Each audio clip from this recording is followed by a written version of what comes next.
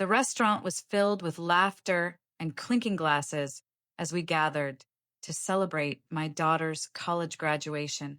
Then, in an instant, everything froze. My husband, Gregory, standing with his champagne raised, looked directly at me and declared he was leaving after 28 years of marriage. The room fell silent, 50 pairs of eyes waiting for me to break down, but I didn't. My name is Bianca, and for nearly 3 decades I had put my own career and dreams aside to support his ventures, to build a life around his choices, and to raise our brilliant daughter alone in the shadows of his failures. That night, instead of tears, I calmly slid a sealed envelope across the table. Gregory's smile faltered. What he didn't know was that I was already 3 steps ahead. The cracks in my marriage didn't begin at the graduation dinner. They had been forming quietly, like hairline fractures beneath the surface, long before Gregory stood up to make his shocking announcement. It started with numbers that didn't add up.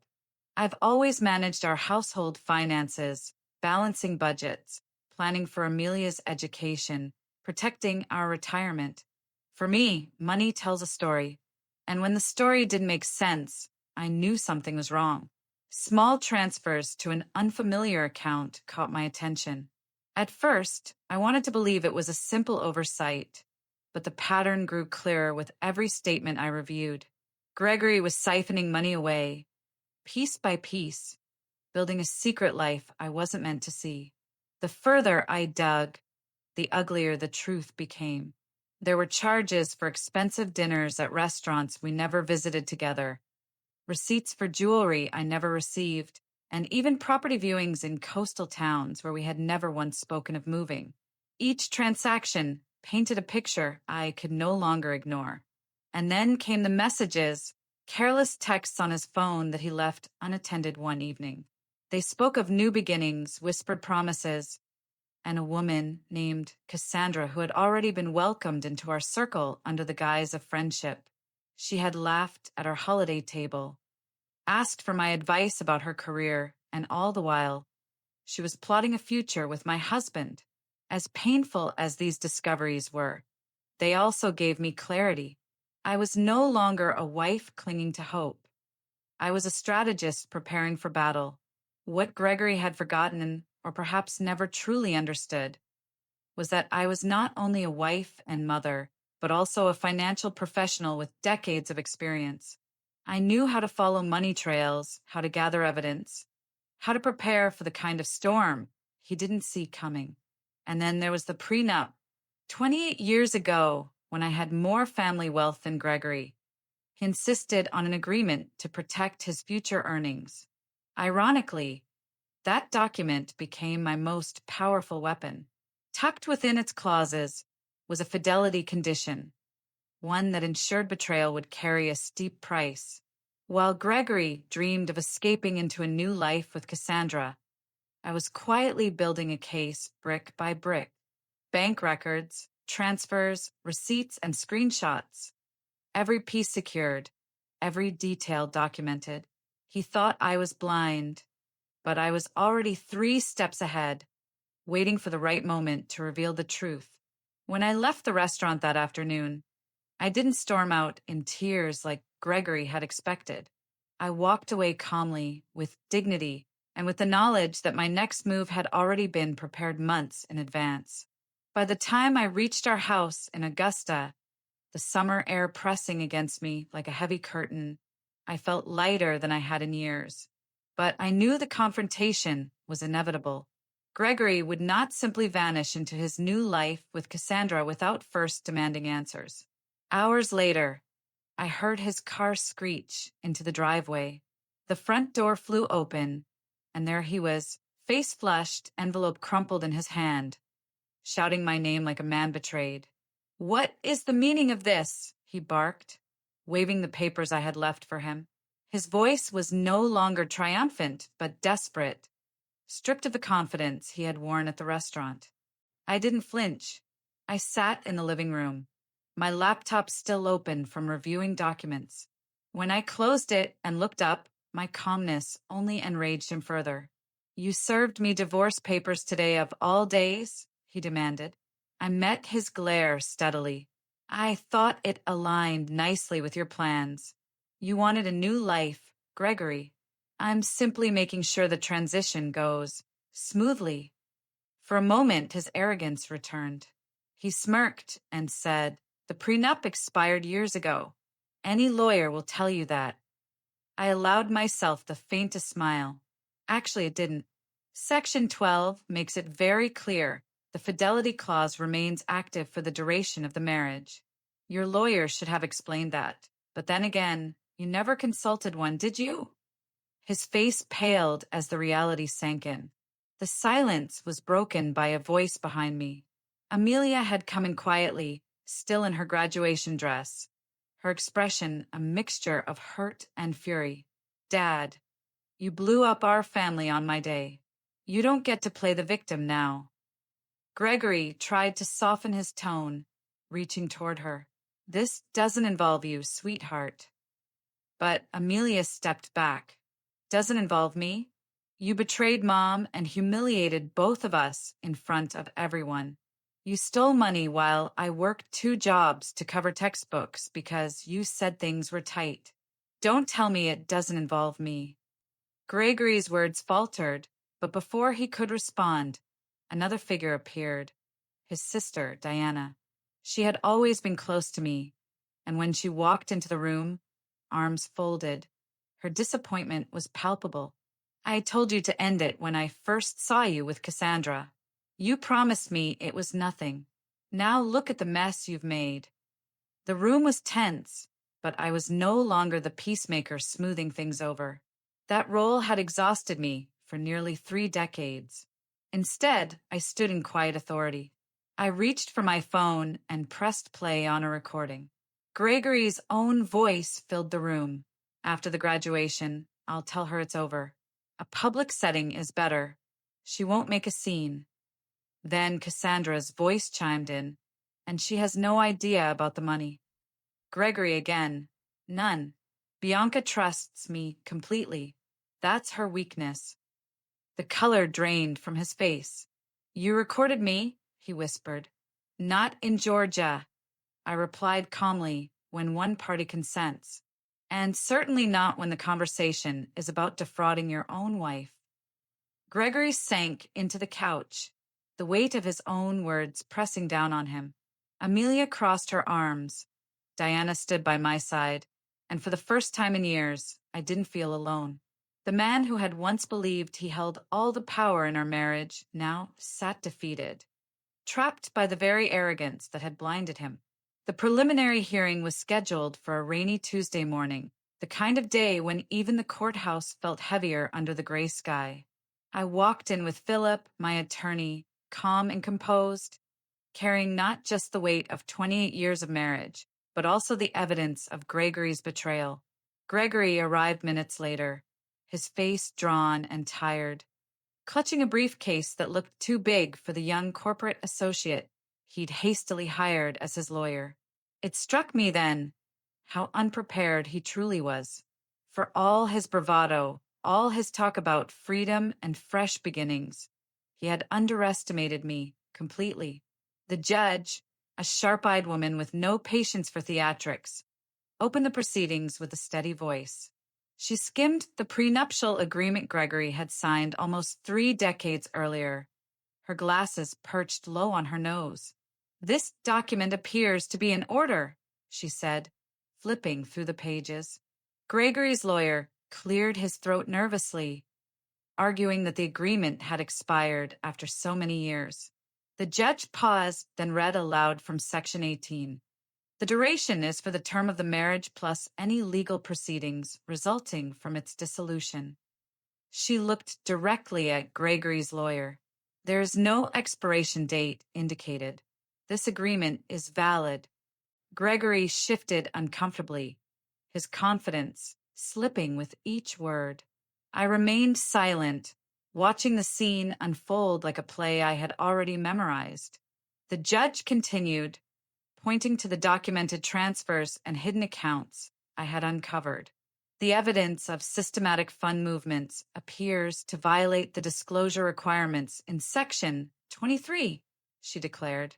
With that, she ordered a freeze on our joint accounts pending full financial discovery. Gregory would have access only to his personal account, just enough for basic living expenses. Our family home, along with the vacation property and retirement savings, would remain under my control as stipulated in the infidelity clause. The color drained from Gregory's face. For years, he had assumed the prenup protected him. Now it was the very weapon dismantling his carefully crafted escape. His lawyer fumbled through more objections, but the judge dismissed them with the same steady authority. This court will reconvene in 30 days for full hearings, she said firmly, banging the gavel.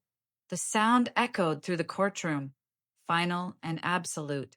As we stepped into the hallway, Gregory caught up to me, desperation etched into his expression. "Bianca, please," he whispered, his voice stripped of its usual arrogance. "We need to talk about this reasonably.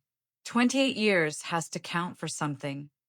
I looked at him, the man I had once loved, the man who had shared my home, my bed, and my dreams. "It counted for everything," I replied softly, "until you decided it didn't." Then I walked away, leaving him standing alone beneath the fluorescent lights, his shoulders slumped under the weight of his own choices. Word traveled quickly through our social circle. Friends who once toasted with us at dinner parties now whispered in private, their loyalty shifting quietly in my direction. Some called to offer support. Others, more curious than compassionate, simply wanted the details. I kept my responses brief. Gregory and I are separating. These things happen. I didn't need to defend myself. The truth was already unraveling his carefully curated image. Meanwhile, Cassandra was growing restless. The promises Gregory had made, the beachfront property, the financial security, the new life, evaporated as quickly as the court froze his accounts. Within weeks, she realized the man she had chosen wasn't the wealthy, confident businessman he pretended to be, but a man drowning in debt, stripped of resources and tangled in legal battles. She packed her things and left, moving on to someone who could offer her the stability Gregory could no longer provide. It didn't take long for the fallout to spread. The luxury car dealership canceled his order when the deposit bounced.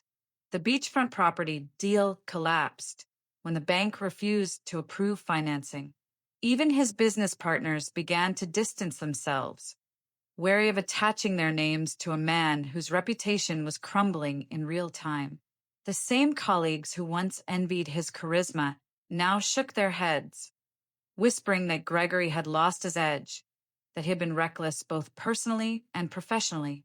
The irony was bitter, but undeniable. For years, Gregory saw himself as the risk-taker, the dreamer, the man destined for bigger things while I held down the fort, ensuring stability. Now his risks had left him with nothing, while my discipline and foresight had preserved everything.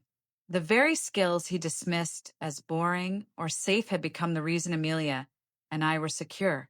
At night, I would sit in the quiet of our home, the house Gregory once promised to Cassandra, and reflect on how swiftly life can turn. Betrayal had cut me deeply, but it had also forced me to confront truths I had long ignored.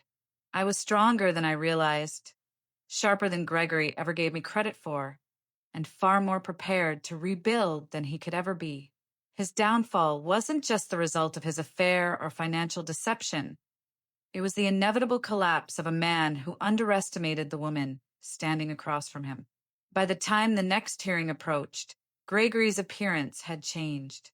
The sharp suits were gone, replaced by something rumpled and ill-fitting. His eyes carried the weight of sleepless nights, and when he entered the courtroom, there was no longer arrogance in his stride, only defeat.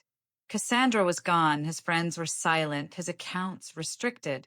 He was no longer the man who had raised his glass at our daughter's graduation to announce his freedom. He was simply a man exposed, brought low by his own betrayal, facing the wreckage of a life he thought he controlled. And I I was no longer the quiet wife in the shadows. I was the woman who had taken back her power, the woman who had refused to let betrayal define her. Gregory had lost nearly everything, but in that loss, I had found something far greater: clarity, strength, and the beginning of a new chapter that belonged entirely to me. In the months that followed the courtroom battles, my life began to take on a new rhythm. For nearly 3 decades, my identity had been tied to Gregory: his career, his ambitions, his risks, his endless search for fulfillment. I had been the one in the background, holding everything together while he played the dreamer. But once the dust settled and the legal victories were secured, I found myself staring at something unfamiliar: freedom. Not just freedom from a husband who had betrayed me, but freedom to decide what I wanted my life to look like. For the first time in years, I wasn't reacting to Gregory's choices. I was making my own. It began with a small office space downtown. Nothing fancy, just 2 rooms with bright windows and worn hardwood floors that carried the kind of character I had always admired. I signed the lease with hands that trembled, not from fear, but from excitement. For so long, I had promised myself that someday I would start my own practice, that I would use my financial expertise to help women like me, women blindsided by betrayal, women who had been left in the dark about their own finances, women who needed more than sympathy. They needed guidance. They needed tools. They needed someone who understood the battlefield they had just walked through. I called it Caldwell Financial Transitions. The name felt right. It carried both my family's legacy and the sense of forward motion I wanted my clients to feel. My first clients were 2 women referred by a friend at the courthouse. Both were going through divorces, both overwhelmed by stacks of paperwork, legal jargon, and the terrifying uncertainty of what life would look like afterward. As I sat across from them, I recognized the panic in their eyes because I had lived it. But this time, I wasn't the one in free fall. I was the anchor. I walked them through each financial statement, explained every line of their agreements, showed them how to protect what was theirs. When they left my office, I saw something flicker in their eyes: relief, hope, the smallest spark of confidence. Word spread quickly. Soon more women came. A widow trying to understand her late husband's business debts. A teacher considering retirement after decades in the classroom. A young mother terrified of how she'd manage with 2 children after her husband disappeared with a girlfriend. Each story was different, but the common thread was the same. They all needed someone who believed in their ability to rebuild. Every time I closed my office door after a session, I felt a quiet pride I had never felt in my corporate career. This wasn't just about numbers on a page. It was about giving women back their voices when someone had tried to silence them. Amelia watched the transformation with wide eyes. She had graduated with honors and accepted a position at a marketing firm in Charleston. Her new life was just beginning, but she called me every week, sometimes twice, always eager to hear how my practice was growing. "I am so proud of you, Mom," she told me during one of her visits home. "You're helping people at their lowest moments. You're giving them exactly what you wish you'd had." She was right. Every woman who walked into my office reminded me of myself sitting in that restaurant, blindsided, humiliated, wondering if the ground beneath me would hold.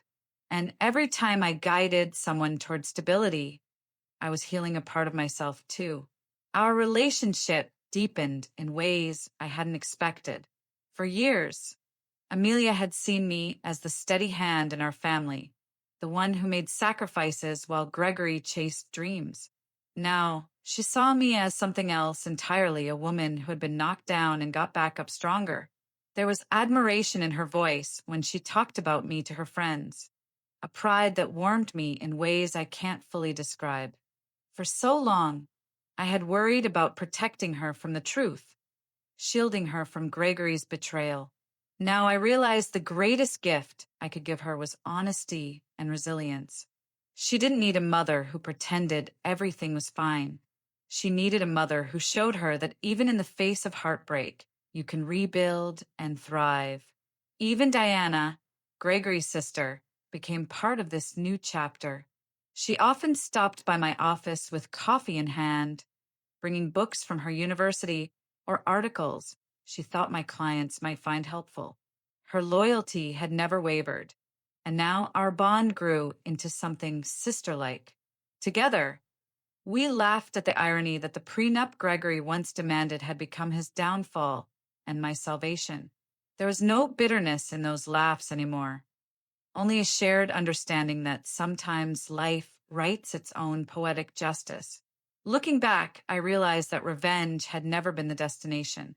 Yes, exposing Gregory's lies and securing what was rightfully mine was satisfying, but it was only the beginning.